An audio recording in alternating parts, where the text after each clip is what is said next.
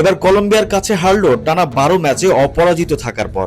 এ সময় দুটি কোপা বিশ্বকাপের ট্রফিও ঘরে তুলেছে আর্জেন্টাইনরা। স্বাভাবিকভাবে বলা যায় হারতে অভ্যস্ত নন দলটির ফুটবলাররা। কোচ লিওনেল স্কলনির অধীনে ৭৯ ম্যাচে হেরেছে মাত্র ৭টি ম্যাচে।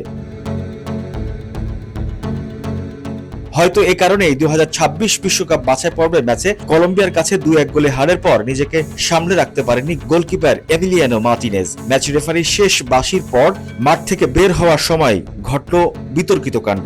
টেলিভিশন ক্যামেরায় ধাক্কা দিয়ে নিজের ঝাল মেটান এই গোলকিপার। কলম্বিয়ান ফুটবলারদের সঙ্গে সৌজন্যমূলক হাত মেলানোর পর ড্রেসিং রুমে ফিরছিলেন মার্টিনেজ। এ সময় তার সামনে পড়ে টেলিভিশন ক্যামেরা। তখন লাইভ চলছিল ক্যামেরায়, সেটাকে থাপ্পড় মেরে বসেন তিনি। এতে ক্যামেরার লেন্স চলে যায় অন্যদিকে।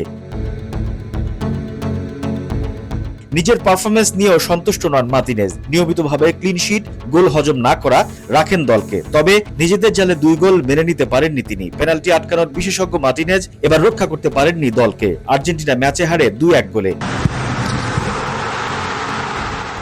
এর আগে গত বছর নভেম্বরে বিশ্বকাপের বাছাই ম্যাচে মারাকানায় ব্রাজিলের মুখোমুখি হয়েছিল আর্জেন্টিনা। সেই ম্যাচের গ্যালারিতে আর্জেন্টাইন সমর্থকদের ওপর হামলা চালিয়েছিল ব্রাজিলের পুলিশ। সেই ম্যাচেও বিতর্কিত কাণ্ড ঘটিয়েছিলেন মার্টিনেজ। বেশ কয়েকজন নিরাপত্তা কর্মীর গায়ে হাত তুলেছিলেন তিনি। এছাড়া ঘরের মাঠেও নিয়মিত বিতর্কিত কর্মকাণ্ডের কারণে আলোচনায় থাকেন বিশ্বকাপ জয়ী এই গোলকিপার।